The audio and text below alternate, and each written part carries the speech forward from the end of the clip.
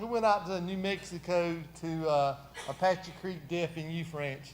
And as you saw on the pictures, there was nothing nice about it. It was pretty rustic. But there's one thing about it, and I'm going to give everybody a chance to share a little bit what was important to them.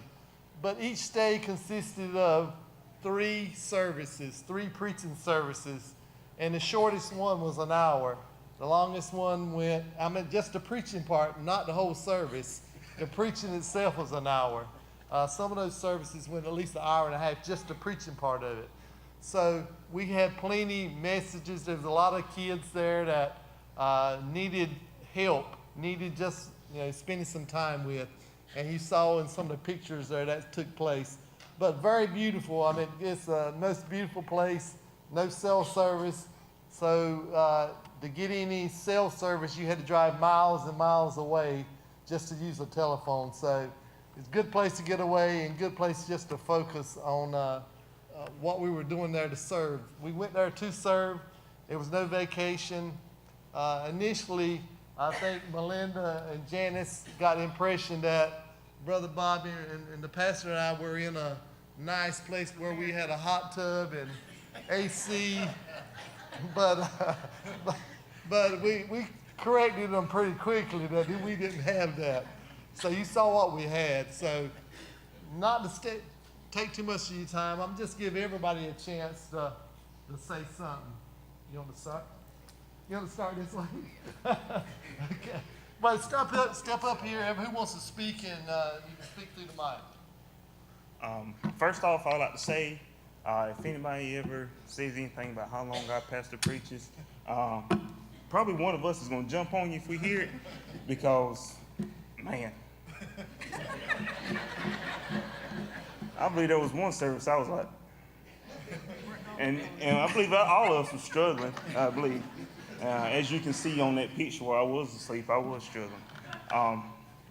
But like you said with the services and the kids there, if you ever want to be around people that are homey and church-going people, buy you a plane ticket, go to New Mexico, and spend your time at Apache Creek. We had kids there that when they rang the bell for worship service, they were running with Bibles in their hand, running to church. And they beat everybody in there, sitting down, ready. Of course, their kids, they're laughing, talking, playing, whatever. But seeing kids run to church, we don't have that around here. We have problems trying to get people in church, and they give us this excuse. So, I'll try to make it. I couldn't make it because of this, this, and this. But, man, it was truly a blessing. We were put under some conditions that we're not used to living under here at home. It was more of an eye-opener here for us to see the conditions. That camp that you seen in the pictures, that's their Camp Grace. That's their Rich Grace. And for us to have the advantage of going to places like Camp Grace and Rich Grace, which we think is nice, we're blessed upon measures of what they have. And it was just like, wow. The place that we have, man, you can bring those people here, and they'd be in awe of what we have compared to what they have. I spent my time with some of the kids there. I was looked at as a counselor or whatever, but I was spending time with kids, and I broke up a fight. And if I'm telling you, I've never seen two kids punch that hard. It was like two grown men was fighting. I broke up a fight. A guy broke a window in our cabin. He was all emotionally distressed. Had to calm him down. I was like, this ain't the place for me. But this is where I've been led to. So, you seen the conditions we were in. I had to wash in that one bathroom stall with a bunch of different guys. I waited till everybody else was doing so I could do it myself. Personally. And I tell you what, if I ever had the chance to go again, my name would be at the top of the list to go. And I believe everyone else feels the same way, because it gave us time to focus on one thing. It gave us time to focus on God because we didn't have any phone service, no distractions. Only thing you could do was serve and focus on with God, and it gave all of us the opportunity to build with faith and trust, peace, hope with God, and just being there, you really do see God at work.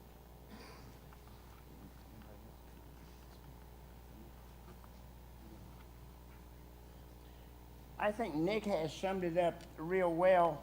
I think I was probably the most fortunate one on the trip. I had the privilege of being in a truck for 2 days with the preacher. Going out to New Mexico with the preacher, and then another 2 days in the same room with him, waiting for the group to get there so we could get together and bond together the way we should. But it was a learning experience for me. New Mexico is a very interesting state.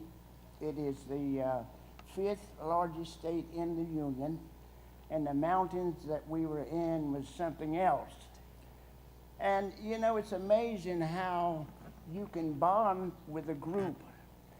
The individuals I went with, I thought I knew them, but soon as we got into the camp, we had Mom Janice there to advise us, which was wonderful. And then we were in good hands with the preacher.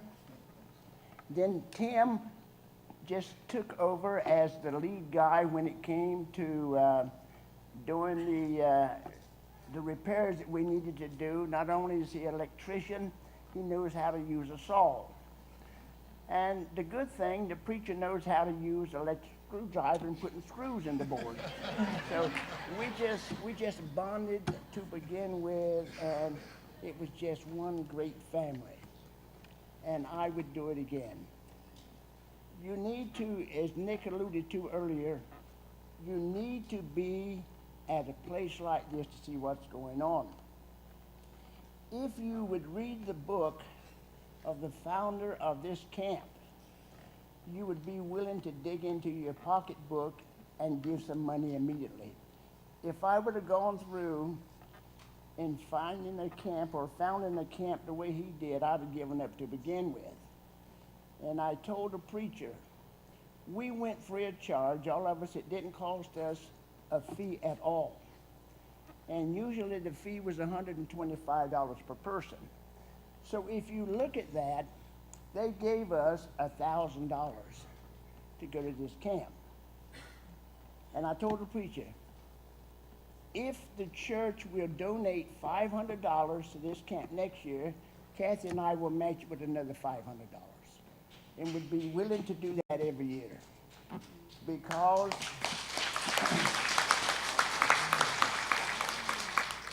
for the good work, the 3 sermons a day that we went through with, and believe me, I looked at the preacher a lot. I said, "Preacher, you would never preach that long, would you?" He said, and believe me, we had some sermons that was an hour and a half long, and we listened to this 3 times a day, and it was worth every bit of it. And I would be willing to do this again next year. So anyway, it was a great experience, and we wanted to share this with the church here today. Thank you very much, and hopefully some of you will think about this in the future and be willing to go on another trip with us like this. Okay? I'll try to be brief and quick and not try to tell you everything that we experienced, but one of the highlights that Nick had already alluded to again was the excitement of the children. That was very impressive. That was very impressive to me, is to see those kids without supervision, without being told, get to the church. They knew what time they were supposed to be there, and they were there with Bibles in hand. Even though the messages were long, they were good messages, I would say. They were very good messages, and gained a lot from those. The workers at Apache Creek were wonderful people. I really enjoyed getting to know those folks, and most of my time was spent in the kitchen. Now, again, to allude what Nick was saying, the conditions there was not any condition I think that many of you would not want to endure. I worked in the kitchen, the whole week for the most part, until that Friday, I think, when I kind of wanted to see what else was going on during the week that I was not able to get to be a part of. Flies everywhere. Now, I don't like flies, and for me to be in the kitchen where flies, I was just, you know, I wanted to get me a fly swat and kill everyone I saw, which I've been there for hours trying to kill flies. I'm telling y'all, the conditions was bad.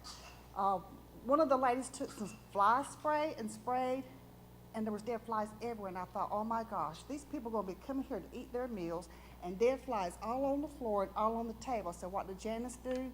I tried to pick up every fly that I saw so that it wouldn't turn people's stomach. And one of the reasons too why I wanted to work in the kitchen, I wanted to see. Selfish in that respect, but even though the foods was not some of the foods that we normally like to eat on a daily basis, I think we kind of sucked it in and ate because we had to eat. But it was something else. But again, if given the opportunity, I would go and do it again. I always feel like that I'm never too good to go to any place on this earth that God would have me to go. If it's to clean toilets, which we've done that before in some of our mission trips, my hands are not too good to clean the toilet after somebody and it is corroded with whatever. I'm not that good that I cannot stoop and help where there's a need. So again, if there's ever an opportunity that you can get to go and be a part of something like this, it is really a wonderful experience to experience. So thank y'all for that opportunity.